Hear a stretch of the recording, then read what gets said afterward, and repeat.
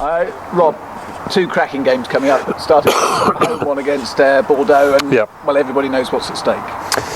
Yeah, I mean, obviously for us, I suppose the equation is relatively simple. That we've got to get out there and win the game, and probably in some ways maybe we have to chase a bonus point as well. So, that's where we are. It is what it is. That's been down to us and the other teams playing well and taking points off us.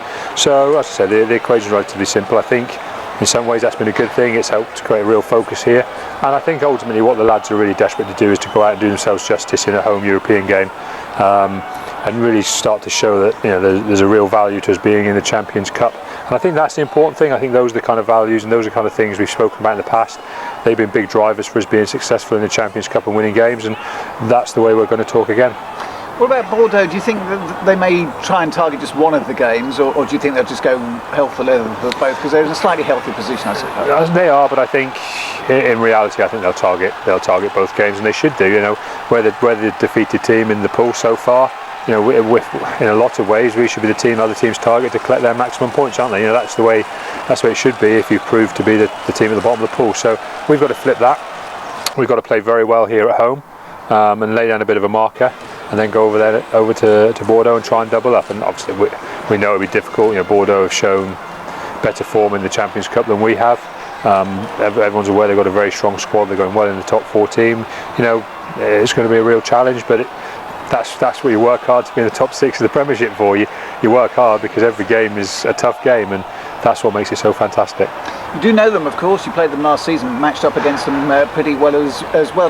Does that help with the players, the fact that although it's French opposition, it's a team? No, it's hard to know, isn't it, what goes on inside the head of every single rugby player. I think for some people it creates a bit less anxiety maybe. For other guys, lots of people like new challenges, so they'll all look at it slightly differently. I think what I've seen and I've really liked about the team at the moment is collectively they look on course to look like they're heading in the same direction, and even when we slightly tweak the game plan week by week, they're sticking at it as a group. And I think last week was the last 2 weeks have been perfect examples, really. We talked about keeping huge tempo in the game against Worcester because we felt that's what was challenging the most in an attacking sense, and that proved to be the case.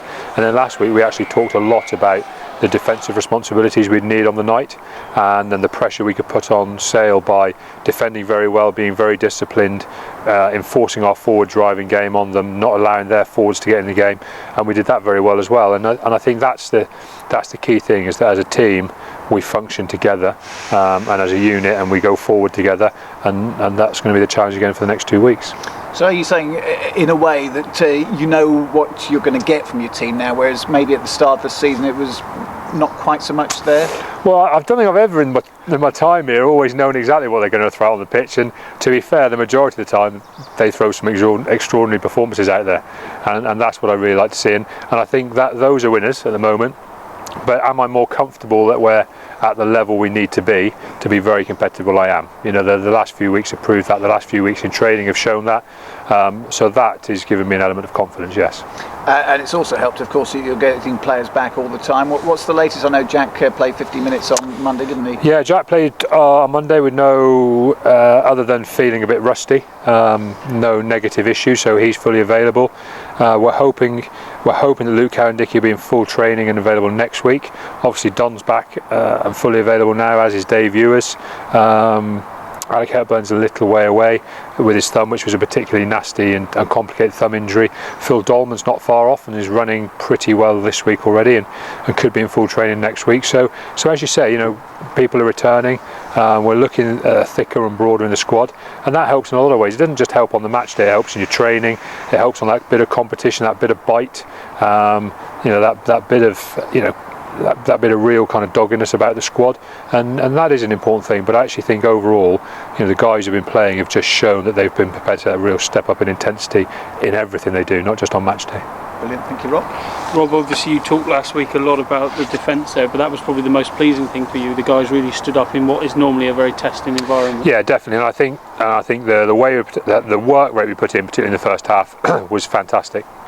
All the physical stats show that was one of our hardest working performances of the season, if not the hardest, and I think we reap the rewards, and that's really great to show the players, to show that if you're prepared to go out there and really and properly work hard, not just have a bit of a go at working hard and then drop off. If you're really determined to work hard and see it right through, then the rewards are very big for you. We were slightly unfortunate not to get the bonus point win, but to actually only concede 3 points was absolutely fantastic. And to think we were 21 points to 3 going into the last 3-4 minutes of the game for their last couple of line-outs in the corner, and we still refused to give up any points. And at the end of the day, if we concede a try there and they knock over conversion and we win 21-10, that's still a pretty good result. But the resolve we showed to not concede those points was fantastic. And to me, I was more pleased with that than if we'd have thrown the ball around and scraped in the bonus point try and conceded a few more points. To me, that showed some real steel, and it was the quality we'd asked for most going into Sale. And that's why, at the end of the day, for me, the missed bonus point wasn't a huge deal, because our performance levels were exactly what we wanted them to be. When we look at this weekend, as you say, the mathematics are pretty simple. You just got to go for it. Does that take a bit of pressure off? And also, does it remind you a little bit of Ospreys last year, where you could go out with relatively little?